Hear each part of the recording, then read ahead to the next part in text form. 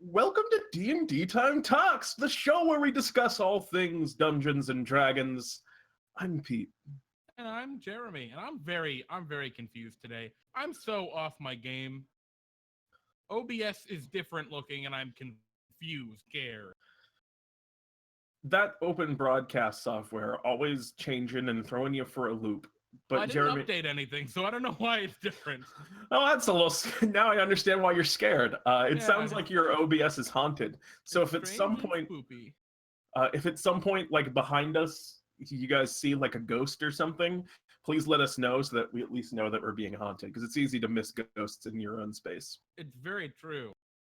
So, chat, how are you guys doing? And Pete, how are you? I see we got Maddie Morgs and Max hanging out in the chat, and I'm sure there are several others of you lurking in the chat.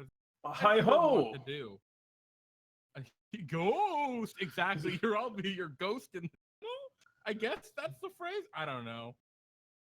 I think that's it. Hello, you guys. Good to see you all. It's good to see you all hanging out, and I'm doing very good.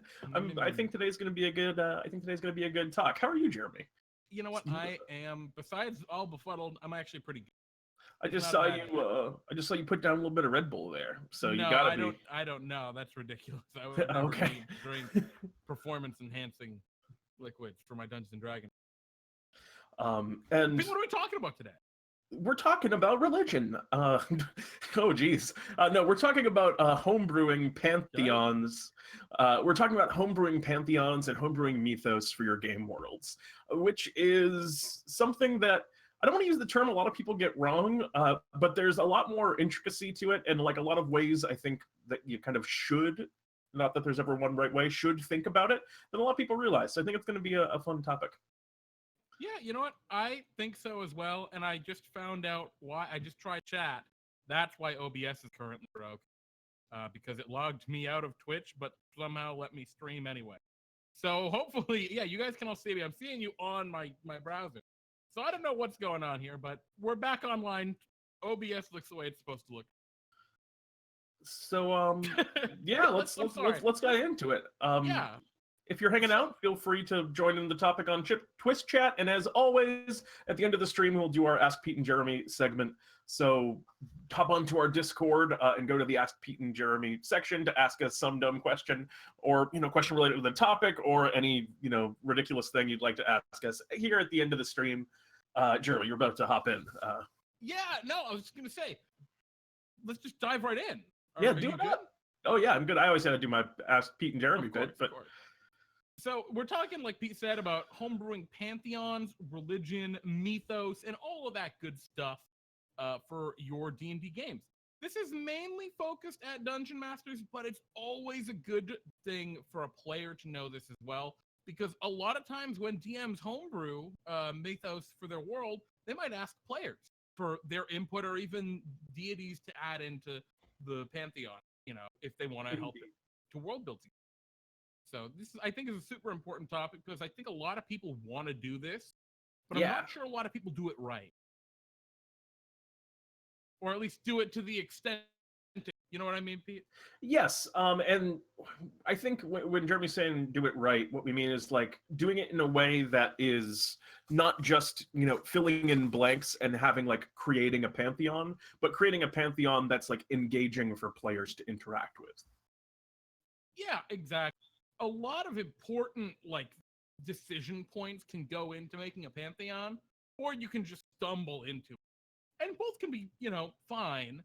But generally speaking, if you put a little more thought into the decisions that you make when you build a pantheon, it's going to come into a much more interesting story, or at least put down the foundation for a more interesting story to develop over. Because in the end of the day, the only reason you want to make a pantheon is to enhance the storytelling of the setting you're. Yeah, for sure. So, Pete, where do we start? Well, that's a big question, because there's a lot that goes into creating a pantheon, and in a lot of ways, Pete, if you're cavemen literally did it. You're right, but one thing that caveman had was a civilization and a society, and their pantheon was born of that society. So you need to look at your world and think about, what kind of world you've already built overall and what you know about the world, and then think about what kind of pantheon would make sense in the world that I've built. Because, for example, in a world with a points of light setting, for example, where everyone's just kind of like clinging on to their little bits of civilization, and everyone's kind of like huddled in the wilderness, it seems more likely that there would be things like, you wouldn't have time to worship a god of war, because you're not really, or at least in the traditional sense, because you're not really fighting wars with other civilizations. You're just hoping for protection and safety. You might worship gods of forests to prevent monsters from kind of coming into your domain. You might worship gods of water to find fresh water, but you probably wouldn't worship gods of technology, because you're just doing what you can to survive. So one of the first questions to ask is to look at your world and think, in the world that I've created, what kind of gods would the people in this world want to worship?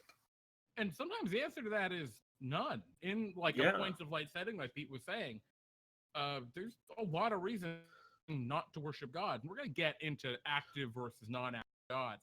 But even if the gods are known to exist, if they don't do anything for you, there's a lot of reasons why people might. No gods, only men.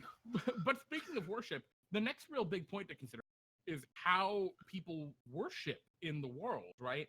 How do they deal with religion? What kind of a priority is it? Is the setting a theocratic setting? It's very much the priests that control everything. Is religion very organized, powerful? Or maybe it's something that people do in the comfort of their own homes privately. There's a lot of different ways that people could worship, maybe through different types of ritual. Could be sacrifices, it could donations to churches or charities or what have you. There are lots of different ways that worship can kind of manifest in these. Yeah, absolutely. I think the next big one is probably what kind of gods you're going to have, in the sense of how are the gods going to interact with the world. Do you want to create a pantheon where the gods are actively intervening in the flow of events in time, or are the gods just old and distant things that have faded into myth, and people are worshiping out of tradition, but they're just kind of in the background of history? And to like kind of boil it down to one or the other, are the gods active in the world, or are they passive in the world, participants or watchers? Yeah, and to give a couple of examples, so something like, we're going to say DnDTime is a great example, because this is a place where God's somewhere in the middle. They give power to their followers, but you don't often, at least, see adventures with gods going around doing things. Unless you're in the Sacred Vale, but those are demi. Whereas if you look at like the Forgotten Realms, like back in 3rd edition, the gods had avatars that were in the setting. They would send, embodiments of themselves, of their power down to enforce their will. And so there's a lot of big differences, right, between how the. And then of course you can look toward like Dark Sun, where what. I was gonna say, like, there's a lot that can be informed, and you can probably see how some of these decisions play off of each other, because in a world where the gods are sending literal avatars down to act on their behalf, people are probably likely going to have a much bigger respect for religion in that kind of world, and therefore these figures are likely in positions of power, and they probably have a lot more followers than a world in which the gods are more passive and just watching from above. And even beyond that, let's say we're taking that passive approach. The gods don't even have to like be tangible beings, as long as people believe them to be tangible. A great example here would be like ancient Greece, for example. Do you see Zeus walking around today throwing lightning bolts and stuff? No. But if people believe that there is an entity called Zeus who changes into normal people and there's a very different kind of. And yeah, I think so Greece that's is a great stepping stone to the next.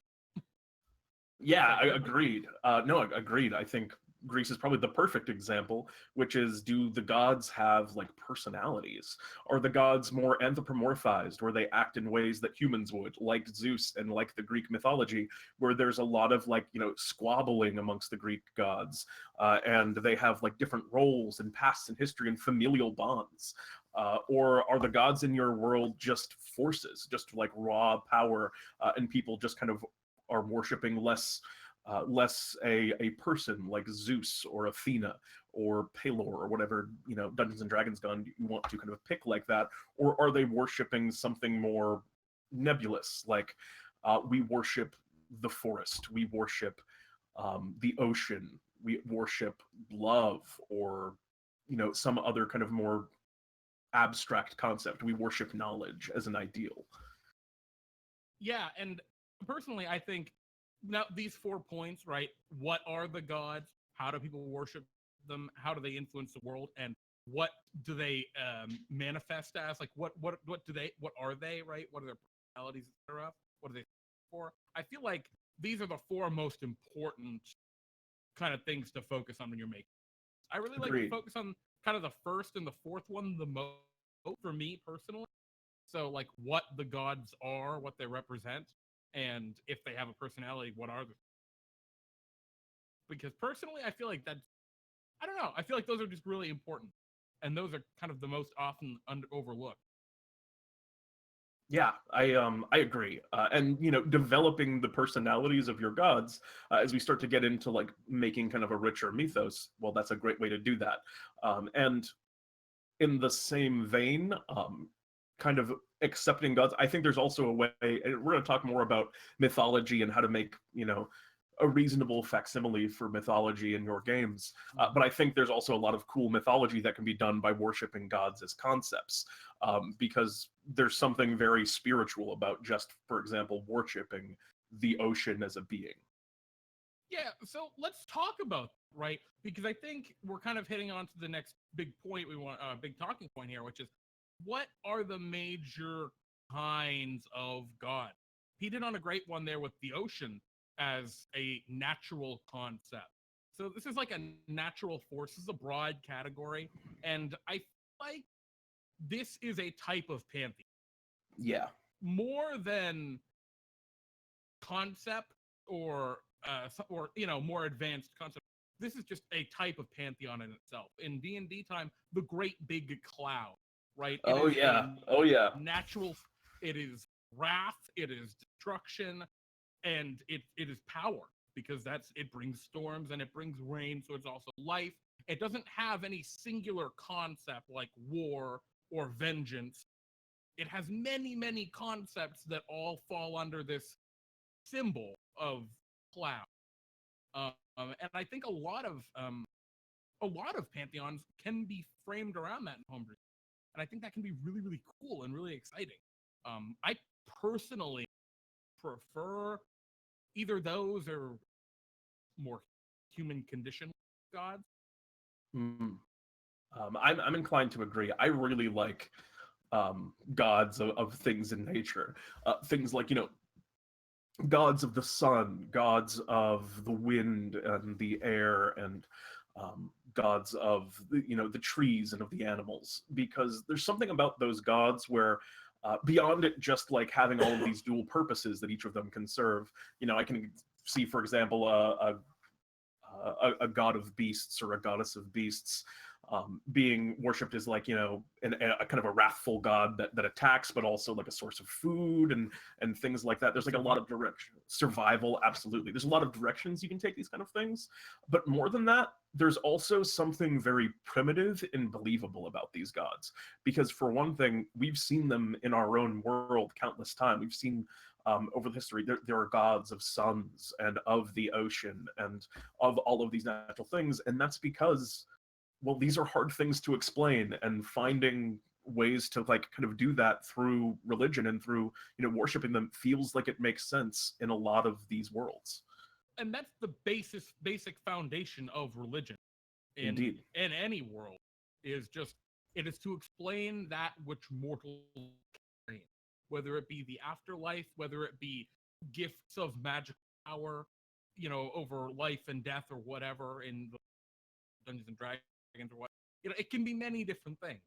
And I think that's super important. Another, like, we talk about some of these big natural gods, the sun, the ocean, maybe the storm or a cloud. But you can also break it way, way down into much smaller.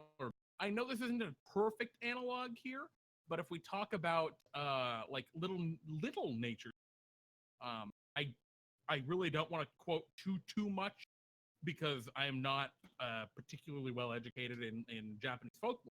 But I know that there are spirits or little things, perhaps a spirit of the trickling stream.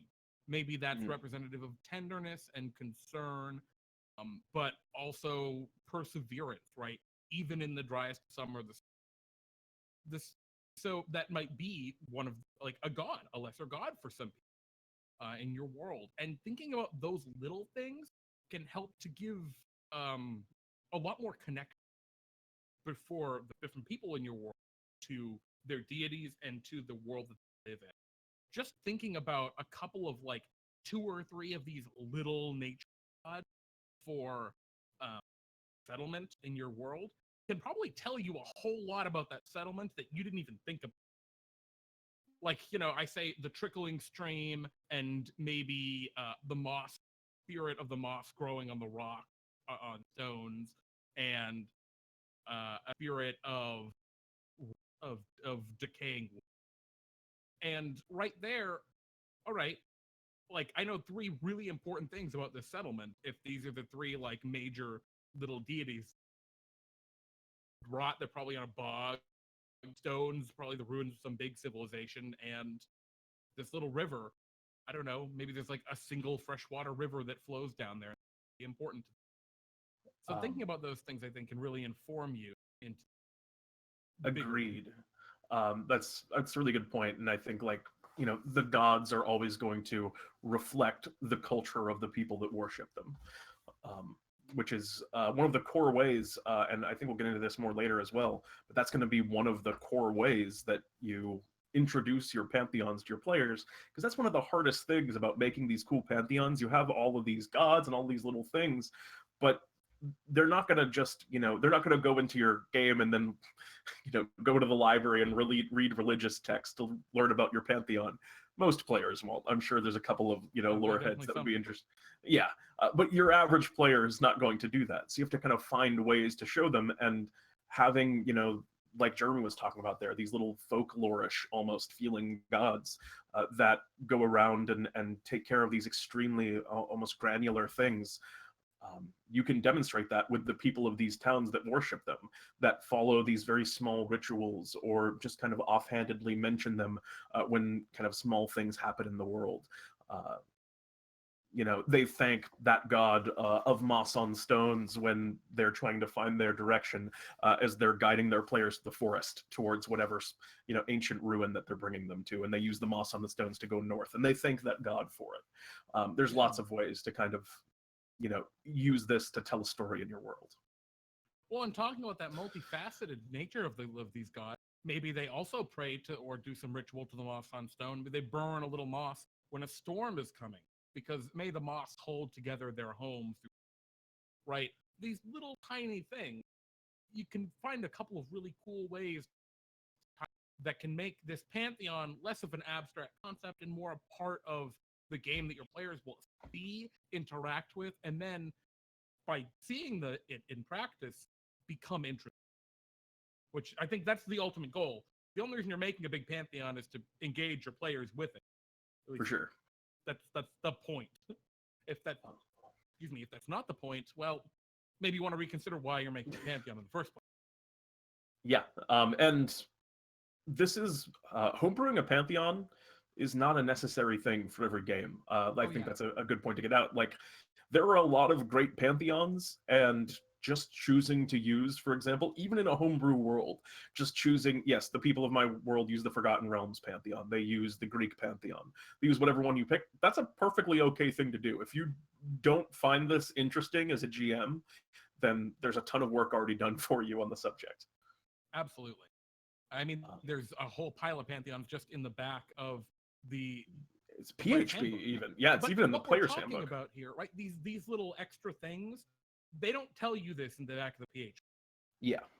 But so this is even if you're taking an existing pantheon, say you want the Greek gods to be the pantheon in your, these are ways that you can kind of tie those in a little, right? Yes. To make them still be more engaging without having to homebrew everything.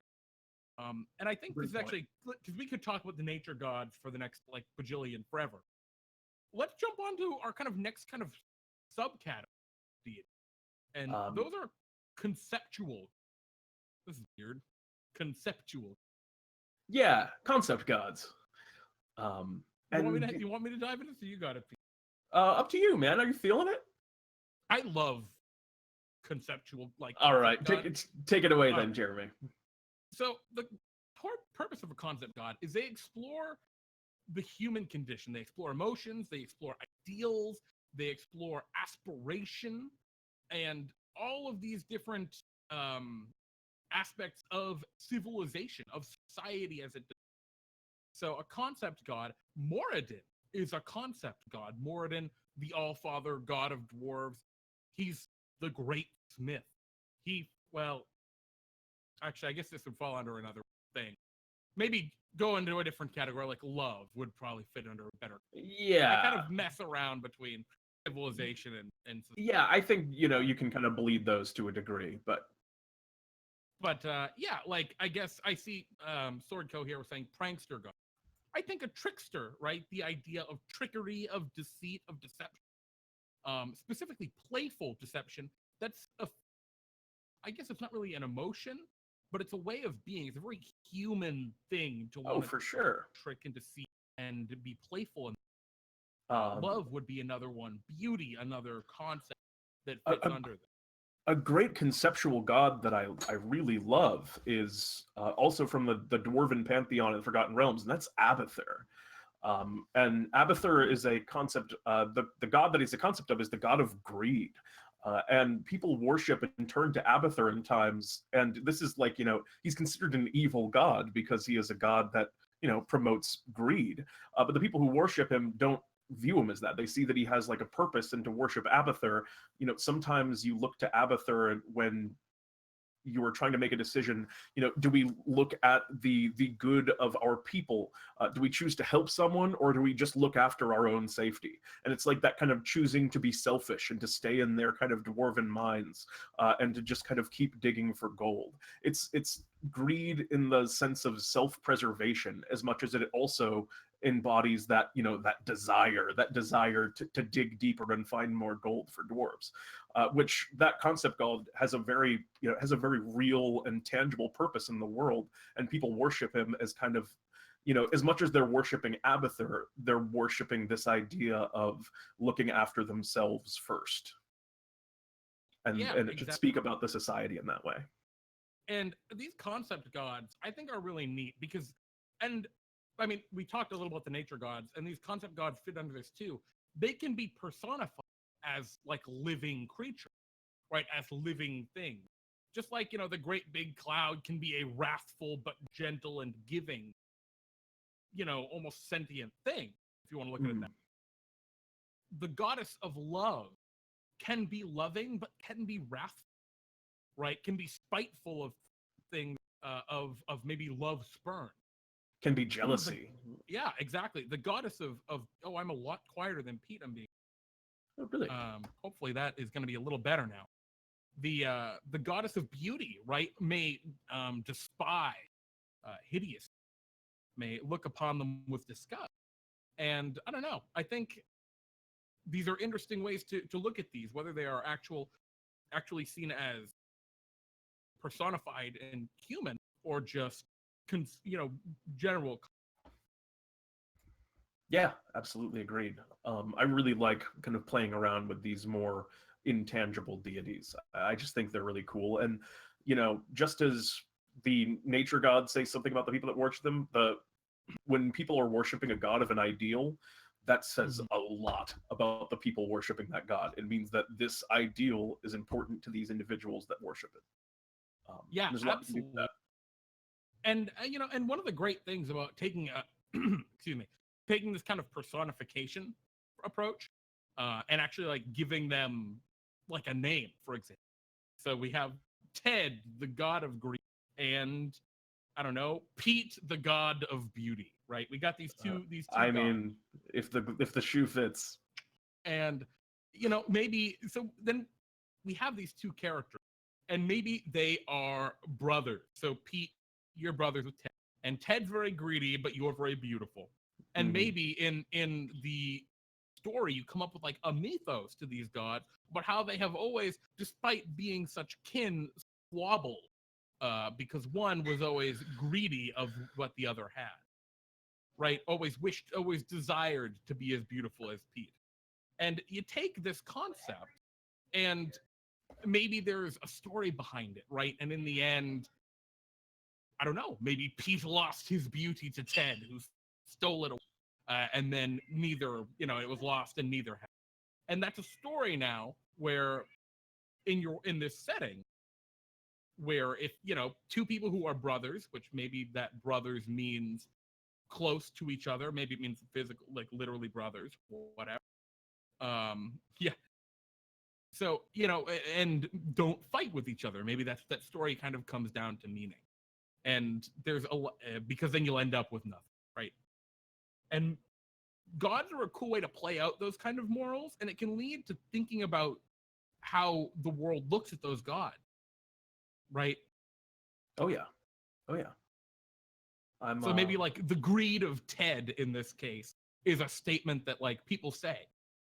It's not, oh, what, it's not, oh, you shouldn't want to steal that thing. Maybe the greed of Ted is like, you shouldn't be jealous of that person's special abilities. You should, encourage them and be supportive. You hit very close to home on that one. As a personal favorite of mine is coming up with like idioms and things that people in the world say that are informed by, the religion and the culture.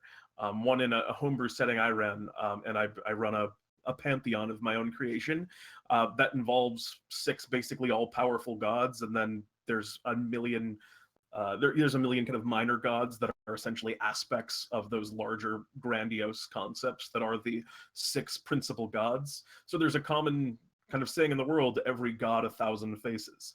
So if there's a lot of situations in the world where people will be kind of, instead of saying like half a dozen of 6 of one, half a dozen of the other, the people in the world will say 1,000 faces, just something like that. And it kind of, it carries that weight of, this is just something that's ingrained in the world, but the people in the world know it, and it has meaning because it's fit into the culture in this way.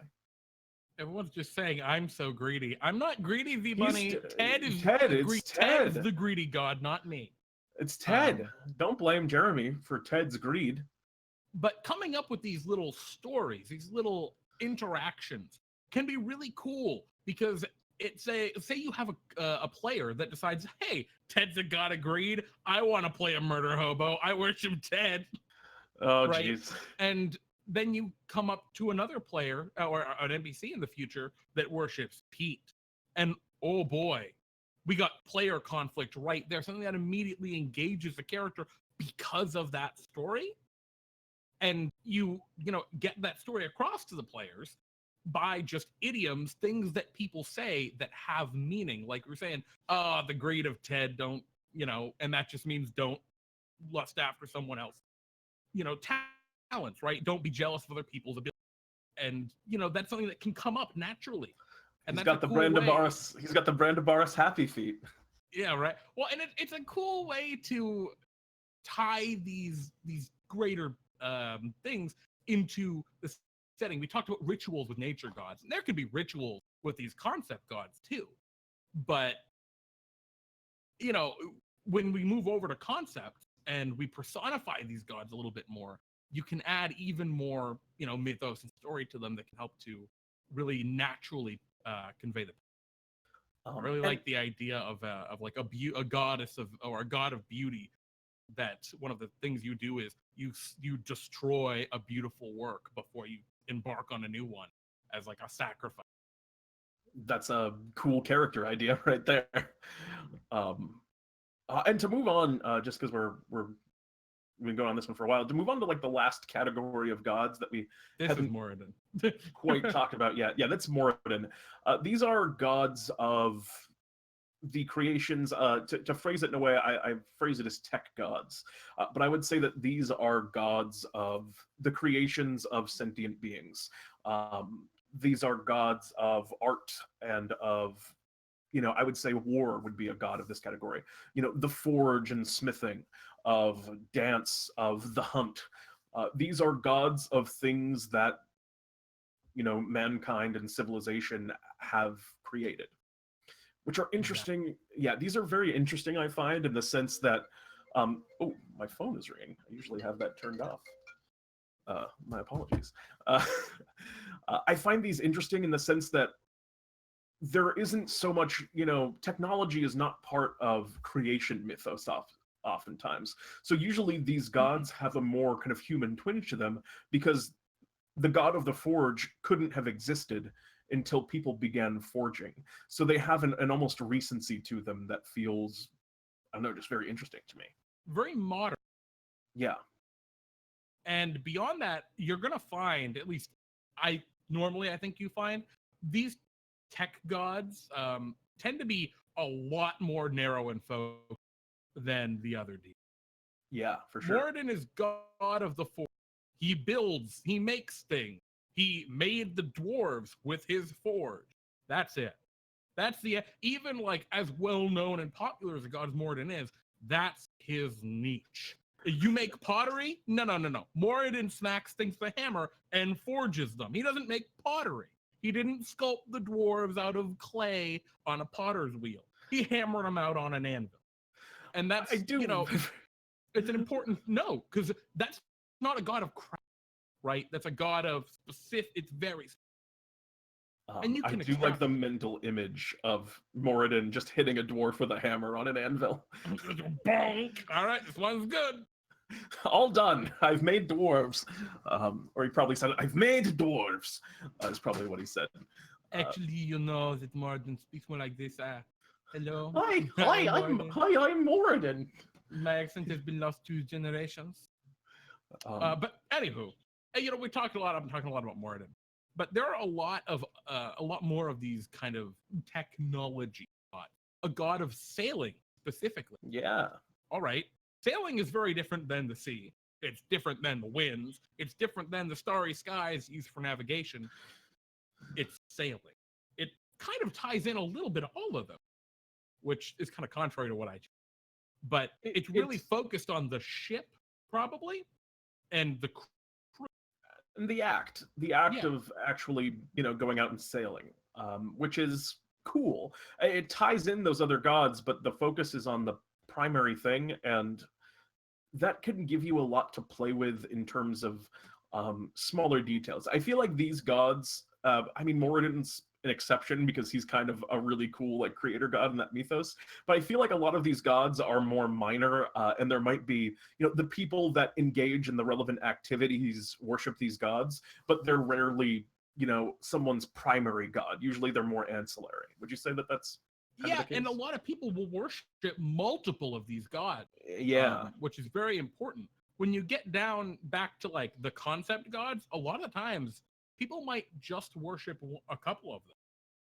But when you move up to these tech gods, generally speaking, you just kind of have to, by default, pay your respect to a lot of them because they're so most of them. And that's going to be very hingent on the culture. So when we were talking originally, how do people worship in your worlds? We were talking one of the kind of 4 core questions. They're going to govern how you build your pantheon. Do the people of your world collectively worship, large numbers of gods? Is it okay to worship more than one god, or does the primary culture prioritize, a select few gods, or even just one god? There are a whole bunch of different ways to do it. None of them are the best way. It's just whatever way works for your world and whatever kind of story you want to tell. Well, and as another kind of note on that tech god, when we talked about concept gods, the god of greed, Abathur, dwarven, that was his name, correct? Abathur, I believe. Yeah. Abathur. And now we're talking about tech gods. All right, maybe Joaquin specifically is a goddess of commerce. it's not just greed. It's not self-preservation, which falls under greed. It is purely of commerce. And so that's kind of what I'm talking about with like taking these gods to a much more focused level. You'll find that a lot of the gods in the Forgotten Realms fall under this kind of tech level of deity. And, you know, those can make for very interesting characters. Imagine a character who worshipped a goddess of commerce. Puts you in a very interesting state of mind when you're making your decision. So there's a lot of value to them. And they are definitely signs of a much more developed civilization. But Oh yeah. I generally find them less dynamic than the more broader concepts or even natural concepts. And I see we have a good comment from V-Bunny. Could you argue that the god of the forge is a god of creation? Couldn't you tie in such a specific god as Moradin in the same place and say it's the god of craft? Of course, you absolutely could. Absolutely. Yeah. And I think it depends on how strictly you want to interpret Moradin. You can absolutely see just Moradin as a god of craft and say like, yeah, pottery is craft. That's fine. Moradin likes. But Moradin is the focus of Moradin is Smith, is the forge. The forge, yeah. So like, it's the identity of the character of the god, and it depends on what kind of pantheon you're. Yeah, and in your society, right? Like, yeah, and in your homebrew world, you know, yeah, you can also like, you know, Moradin does not have to be absolute in your world. You can just use Moradin and be like, well, yeah, but he's more general, which is completely acceptable and cool to do. Yeah, absolutely. A lot of people will just say, yep, all dwarves, Moradin, and all crafting stuff, Moradin, and let's even trading that crafted stuff, that's probably Moradin, because he cares about what happens to it once he's made it. So, yep. Right, and you can really extrapolate him into just a more conceptual god of all things dwarves. Bahamut is, I think, an example of one that gets extrapolated pretty heavily, as Bahamut is the god of good dragons, but a lot of the time it feels like Bahamut just kind of gets pushed out beyond the god of good dragons to the god of beating up evil. Yeah, the god which is of a pretty paladin stuff. Yeah, a pretty White Knight paladin. Yep. Yeah. A pretty big stretch of the original thing. So there's a lot you can play around with there, I think, both as a player and as a DM. But Jeremy, I want to talk about another thing, and that is, you know, we've talked about religions and how you kind of build a culture. What about the people in the world that think that culture is bad and that have their own religion? I'm talking about kind of your counter religions, because I feel like no pantheon is complete without people who disagree with the primary kind of portions of it. Yeah, and I think this can be very, very interesting or very, very boring, depending on the way you're building your world. If you're playing in a setting where the god comes down on high and says, you, my follower, these are my tenets, you're doing them bad, right? Okay, the people who don't agree with that, they're just willfully denying something that like is true. And so those people are cultists, and they're generally pretty binary, and they're generally pretty evil. So maybe they aren't. Maybe they're defying an evil god, and they're good cultists. I don't know. That would be funky. But, you know, that could be a thing, too. That'd be a funny setting to try and play, or to try and run correctly. The good cultists? Yeah, the good cultists against the evil god. Oh, interesting.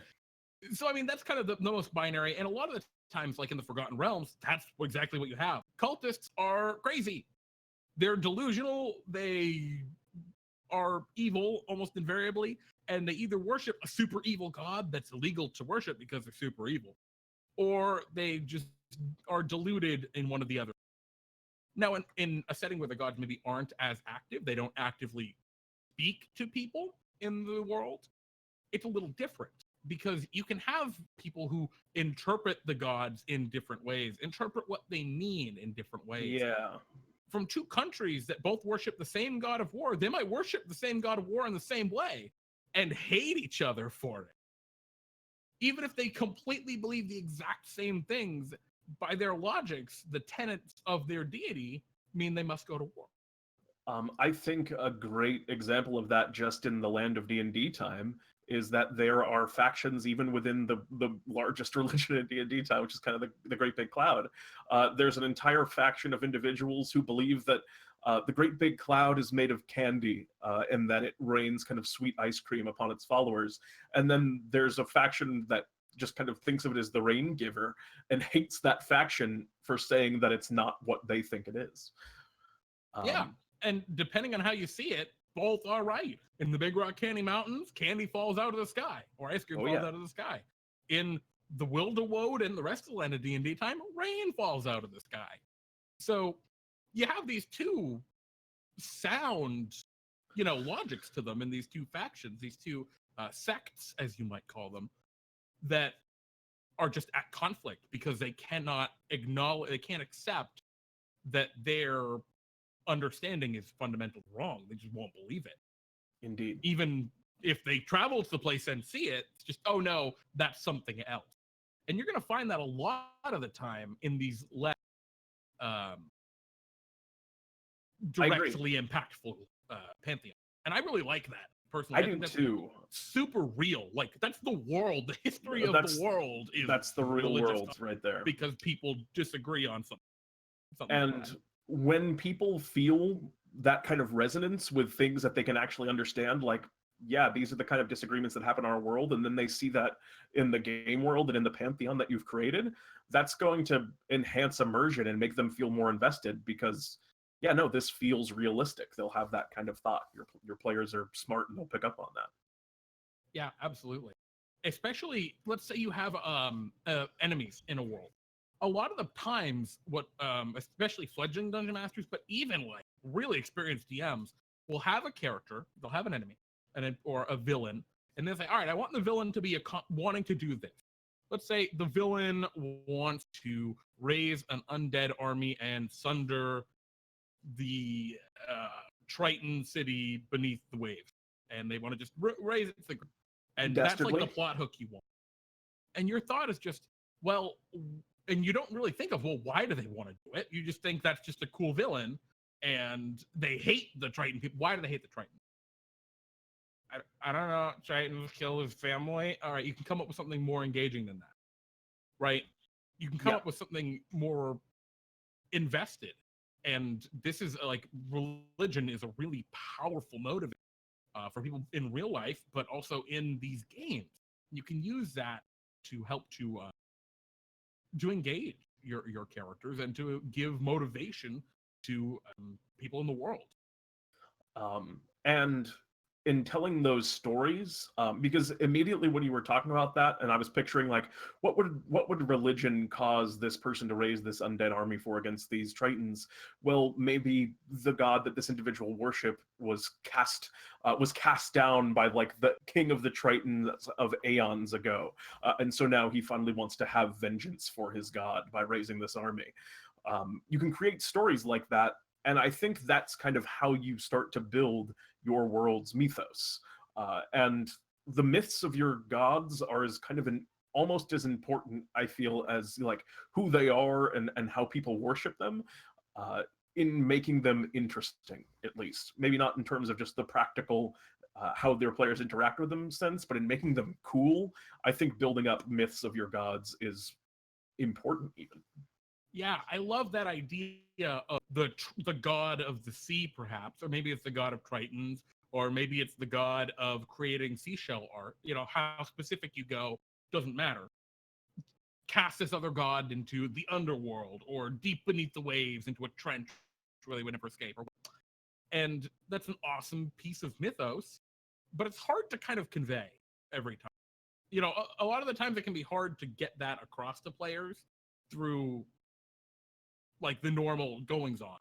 If they visit like a temple, perhaps there are etchings on the wall, or perhaps there are etchings in the ruins of the base, the layer of this villain, right, that depict the story of this mythos. Those are awesome things to find. When we're talking about the exploration pillar of gameplay, you can see our pillars of gameplay video. great tie in there. We talk about exploration. That's the kind of stuff you want to find, is those little tidbits of lore that add in.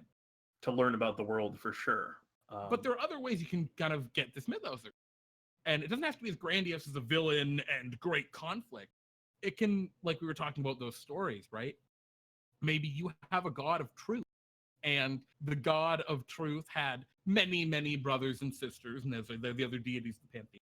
And as the story is told, when they all came together and pinched a penny from the overgod, whatever, and the overgod said, "Who stole my pennies?" And all of them said no, but the one said yes. The god of truth said yes and gave back the penny, and all of the other gods were cursed, became sick. And so maybe that's a story people have in the world. If a just authority comes asking for a truth from you and you say no, you'll be cursed with sickness. And so maybe that's something that happens in the world. The players are hiding from the cops, and they're like, "Oh, we're in this tower and things aren't looking good. We just got in a bar fight. We're going to leave town. We're going to stop by our friend's, shack on the outskirts of town and camp out first." And the guards come after them because the people told the guards when the guards showed up. And the player's like, "Why did they tell them? We bought them all drinks. We did all this great stuff." And this kind of story can tie into that, right? As to why these people are truthful to the guards, even if they're, low lifes in a tavern. They believe in this god. They believe in this story. It was their faith, indeed. I really like that example. As another way to just disgusting, because when I think of mythos, I went big then small. I'm sorry. Yes, I was big for a bit. I don't know if I'm still big. No, you're regular Pete now. Oh, that's good. When I think of mythology, and I don't know if you're on the same kind of plane, I think of the Greek mythology. I think of all of the stories of the Greek gods and their interactions. There's something about mythology that I've always kind of noticed, and that kind of, I think, defines it, at least in my own mind. And that is, I find the best myths are sort of vague. And if you want to create what I think would be like a realistic myth, I think that you can make a lot of choices and have a lot of things that just go unexplained, that just kind of happen in your mythology. And that feels more mythical than, say, having detailed information about how the gods all came into being and what all their relationships were, how they created everything that they created, a timeline of what they have done. You can just say things like, the first god, Yama, created all, but then was betrayed by his brother. And you didn't know about the brother until he just said that he was betrayed. And he stole light from man. And then he stole light from, I didn't know man was already created yet, but I guess he stole light from them. So then the kind of primary god strikes down the betrayer god, and from his body, the trees were made. That's the kind of stuff that I think of when I think of, more kind of vague mythological religion. And that stuff can be really interesting to hear as a player, and you can often hide story in the half-truths that you put in these myths. Yeah, exactly. I love that kind of stuff as well. I like the idea of let's say we take it back, right? We're talking about concepts. Or not a concept, but a nature god is fire. The idea of fire. Maybe that falls under a broader fire as a form of life, of warmth, of whatever. And so maybe there's this there's a story about how when the gods created the world, or the gods came into being, everything was in harmony. But then winter came and smothered the earth and killed much of man, the creation of the god. However, the one thing that man made first, fire, persevered through the winter, and so humanity survived. Right? You create this story about how the gods created man created fire, and then because of the fire, man survived the god. And this is an interesting story because first, you're sort of tying on origin, but you're also giving fire a very, very big, religious purpose in the setting as being an important thing. You're also giving winter a very demonized story and taking, we didn't give them names, we didn't give them relationships, we didn't totally personify them, but one of these forces was good, one of these forces was evil. And, we even tied creation in there, because man created fire. So there's an overarching theme of the creations of man are good.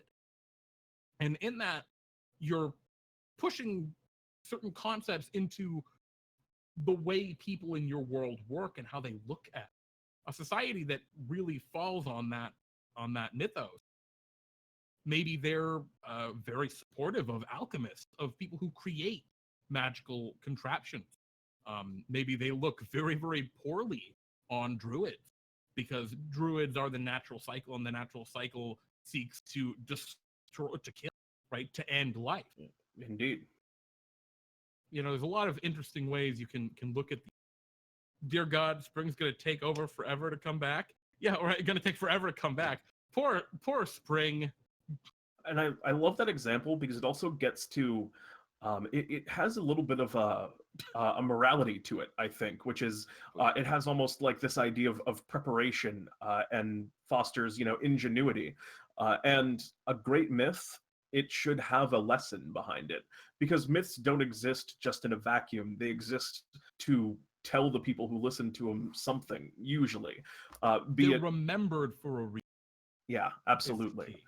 Absolutely. And they kind of have almost a morality behind them usually. And in this case, like Jeremy was just talking about, it demonizes winter and kind of promotes, learning and knowledge in a sense, and kind of a nurture over nature in this particular example.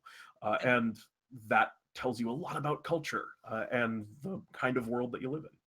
Yeah, and maybe maybe the winter in that case, it's physical winter, but maybe it means a lot more than, right? Because right there it was creation, the big concept where man created a thing and then world went to destroy that thing. Maybe like stifling someone's ability to create is like seen as heretical in that kind of setting. Is seen as like a really awful thing. There's a lot of ways you can look at that. To arrest an artificer because their creation killed a person. Well, that artificer, their next creation could save thousands. And that might be a way that from that story we've extrapolated, a greater good concept of the people in this world believe for the greater good. And right now, and you're starting to get into a very society.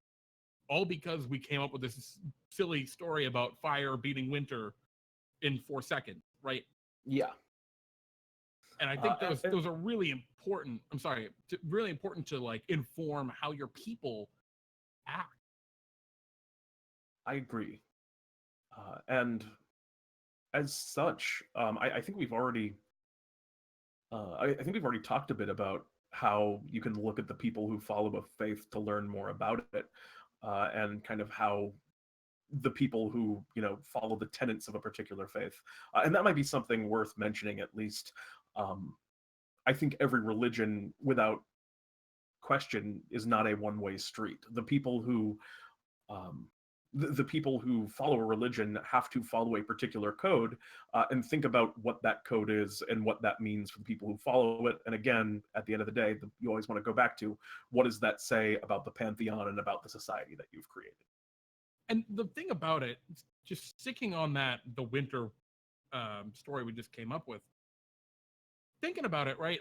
Like we've extrapolated that all the way out to meaning society believes in the greater good, sacrifice of the few to gain for the many. So maybe they believe in slavery, and that backs up. That's what they're using the religion to back that up. And then you might have a different sect of people, like we were talking about counter religions. You might have a different sect of people that are completely against that, or even against just humanity, saying it's better to let nature take its toll. The natural way would have been for us to go. That is the way of the god, and we defied them. Who are we to do that? Right? And so that's how you get this kind of counterculture, this counter. And I think just you can keep building on that to really create a bunch of different factions within your world, a bunch of different, you might have the strict interpretationists of like, yeah, survival is most important. And yeah, I think there's some really cool ways you can extrapolate and continue to build out the world just from coming up with a few of these little myths. Agreed. I keep hitting my thing. So Jeremy, I think that kind of about wraps us up on tonight's topic. Yeah, I mean, more or less. I was, Always. Oh, I was going to ask if there's anything else you wanted to say, but it sounds like there was. there was one last thing, and it's really just we've already said, if you're gonna come up with mythos and lore and kind of all of this stuff about whether it be a completely homebrewed pantheon or one that right? Like say the Forgotten Realms or Greek pantheons. I mean, there are so many others. You can go to Celtic and Egyptian, Oh, yeah. Whatever. There's so many. The Norse. Yeah. No matter what you're going to do in all those cases, if you want this to be an important part of your world, which it doesn't have to be, you can play a perfectly designed game without any of this. But if you want to take your game to that next level and give it that extra depth for your players to grab onto and really play with and engage with, try and focus on how you can best show off that. Right? Oh, yeah. Find out those ways, come up with those little stories that can tie into just normal goings-ons so that you can convey that to your players. If you never come up with a circumstance where to show off that story of the fire, there's no point in having a story of the fire. Mm-hmm. You can't convey that story if the players never care. Now, maybe they never let the fire burn out. Every home always has a fire go at all times. That's a bizarre thing. How they do that, I don't know. But if you make a point of mentioning that even in the dead of night when no one is in the tavern keep still has the fire roaring hot, eventually they'll ask why.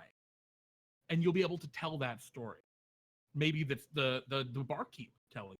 Maybe it's a wizened old man who's also in the tavern who is just waiting around for the sole purpose of telling the story of the winter and the fire. Which it's okay to put that in your name. For that story. The winter and the fire. Yep. But coming up with those names is cool too. But come up with a place to show it off that doesn't feel like you're forcing it in there, that feels natural. And keep in mind as a DM, you don't need to have a lot of these things to make your lore cool. If you just have that one little story about the fire and that one detail about the fireplaces roaring, that's enough. You only need one opportunity to kind of tell your players and make something more interesting. And once you have done it, once you have used your one little nugget of inspiration that you had, then come up with another one. You don't have to have all of this stuff planned out right from the beginning. Just mythos or build over time, you can do the same thing as a DM and kind of discover it as you go along because, well, that's why you left it vague and then it's kind of off in the first place. Easier than it seems, even though it sounds like a lot of preparation and a lot of overarching planning. Absolutely. And if you see that your players are engaging with certain deities or certain concepts, or that some nemesis of theirs is going to be focused around a specific deity or something, or certain religion, do those first. Those are the most important ones. If you find players that seem to be lacking inspiration, go ahead and come up with a couple of little nuggets of stuff to put in front of them and see if they're interested in it. It's a great way of both further engaging players who already said, I really love Lathander. That's the god that I've decided my character worships. And so if you come up with these little tidbits, these little nuggets of lore and, mythos to that god and put it in front of that character, that player's going to have a blast. They're like, yes, it's about the thing that I picked. Hooray. It's going to be great. They're going to want to engage with it more. If you go ahead and put a little, here's some lore about Thor, that character would go, I don't care. Thinking about those little things, I guess focus your effort on the things that matter the most. Agreed. Are the ones that the players that are engaging with already. And if a player is just confused and doesn't know what to go for, target that player. Yep. So I think that about wraps it for me. Me as well. I think that's a great place to cut it. I enjoyed talking about this, and I think there's a lot more. There's a lot beyond just kind of what we talked about tonight in myths and pantheons. Specifically, I thought that was literally everything. There's no more. No. I was going to say that could be extrapolated also just about homebrewing in general, because I think our core message here is if you're going to make something, make sure you get to show your players the cool thing you made. Yeah, and make it worth. Absolutely. That's So important. in that case, I would like to move on to our second segment, our only segment, I guess, which is Ask Pete and Jeremy.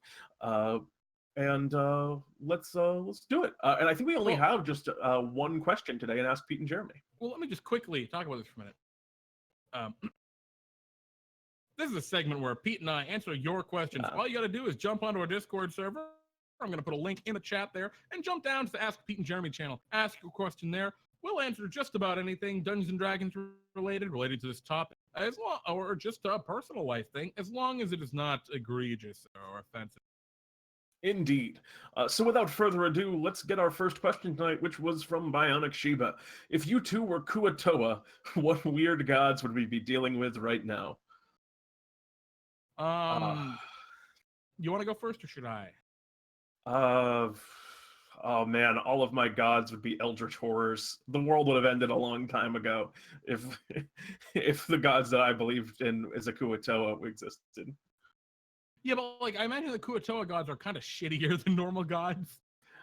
I was like, because I was thinking of like what kind of thing would I come up with, Right? and then I just thought I would come up with the Raker.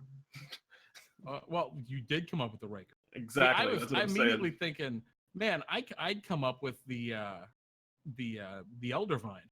That's a terrifying god. So I guess what we're saying is the apocalypse would come if we were Kuatoa. Or we are Kuatoa. All right. We do have another question. Oh, and this is a really, really good one from V-Bunny. Yes, I agree. How many gods is too many gods? 7. You know, you'd spit that out, but like actually, 7 is the right number. Weird, but it's true. Like, you know, you can have more than that, but don't spend a lot of time. Like, if you open the player's handbook and you look at the back of the player's handbook, there's a assload of gods under the Forgotten Realms, and there are so many more. Focus on the, like, I'd say, yeah, 7. Focus on the ones that your player. Oh, can you hear Pete? Yeah, I can hear. Yeah, focus on the ones that your characters directly like tie into, if any. Usually, I'd say you're gonna have 2 to maybe 3 religious characters in a party. It's rare that you're gonna have everyone in a 4-person party be religious, but or have religious bent to them. And then focus on the tangential gods, either the ones that they directly conflict with, or that are related to them. So let's say you have a dwarf, and that dwarf is all about Moradin. We're talking about Moradin again.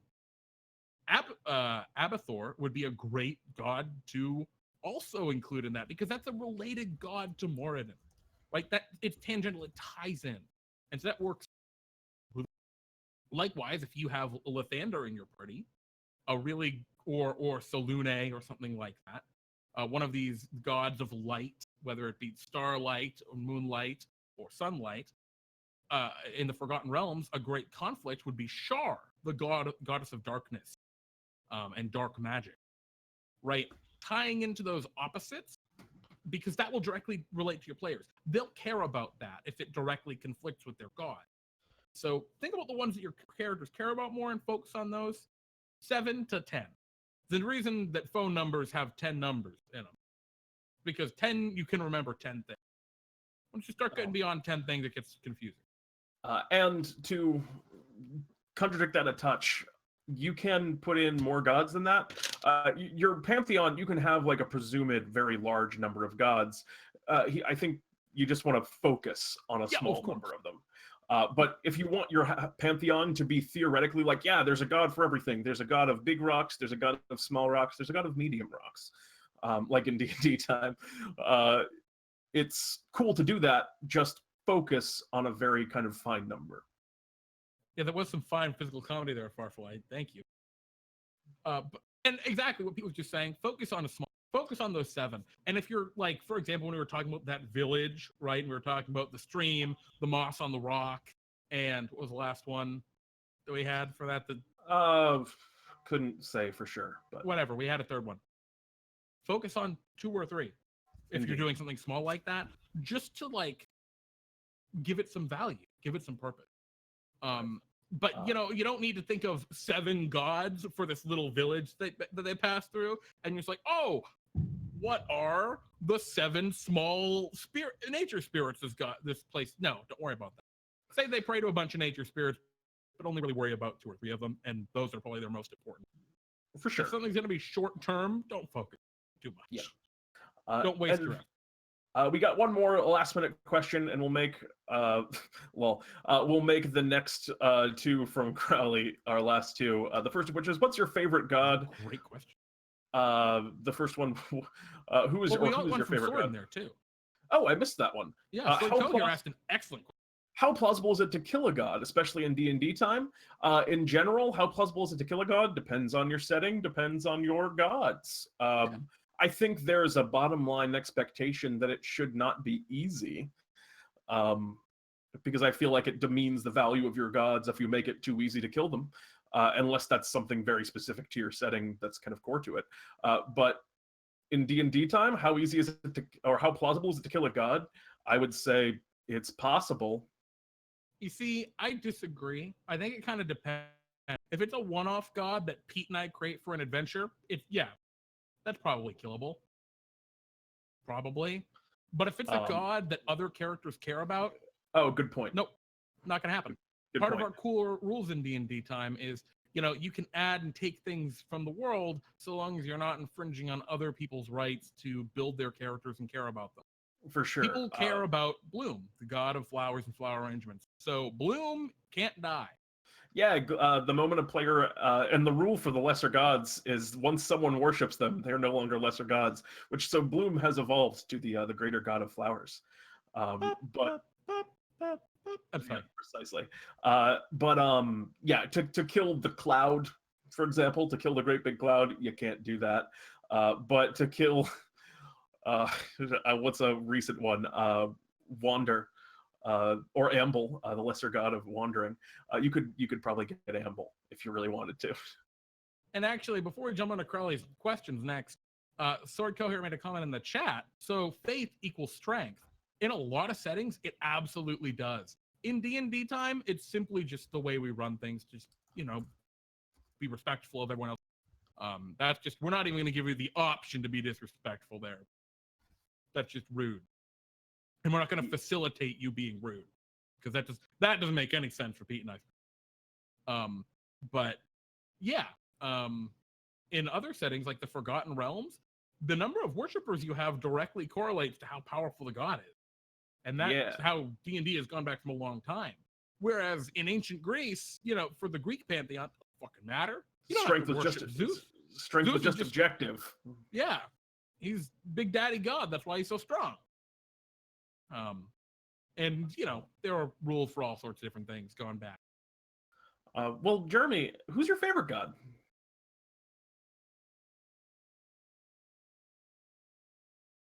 I want to say Blib de Blip, but it's not. Is Lance in the chat? All right, Lance isn't in the chat. I would say Shar. I really like Shar. And sorry, I'm talking Forgotten Realms. I really like. Forgotten Realms. I'm a big fan of. Dendar's are primordial, but he kind of counts. I like Dendar. I'm a big fan of Averine, the halfling god of war.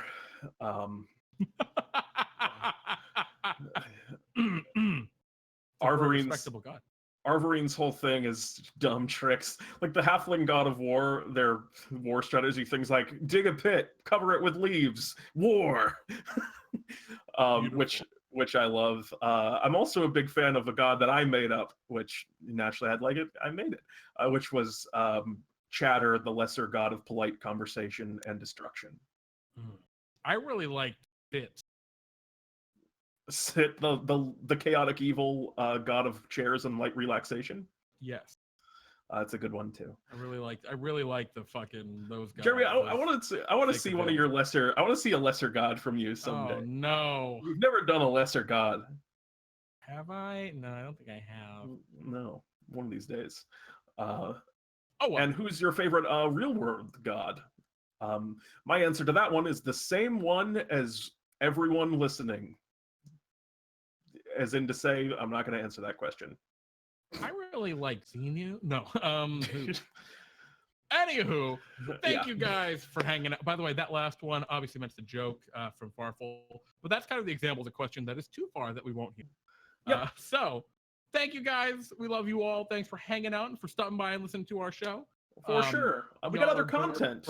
Yeah, Pete, tell us about it. I'd love to, and I'm going to tell you that tune in on Friday for Pete and Jeremy's D&D Time. It's a show where we run one-shots with members of our community, and if you would like to join and participate in that, you can find the link below the stream here. Additionally, tune in on Sunday to Waterdeep Dragon Heist.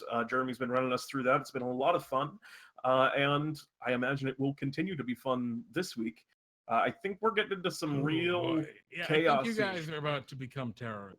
Some real chaotic neutral shit we got going on this week, so we'll see how the party fares with that.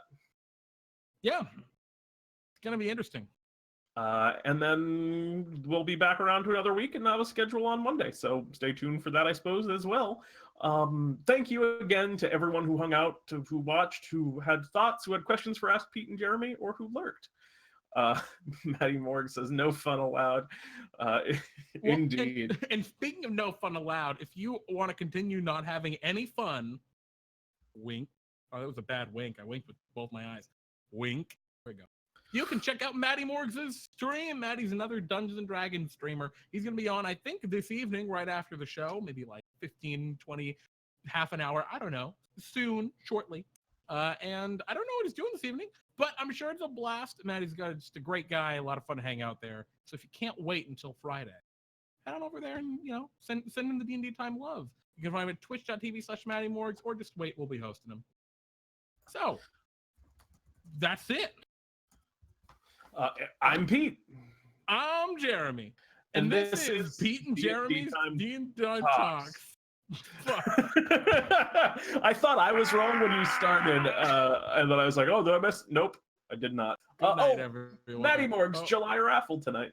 Oh, Maddie Morg's giving away free minis. Minis are sick. Do that. Go to Maddie. Go get a raffle.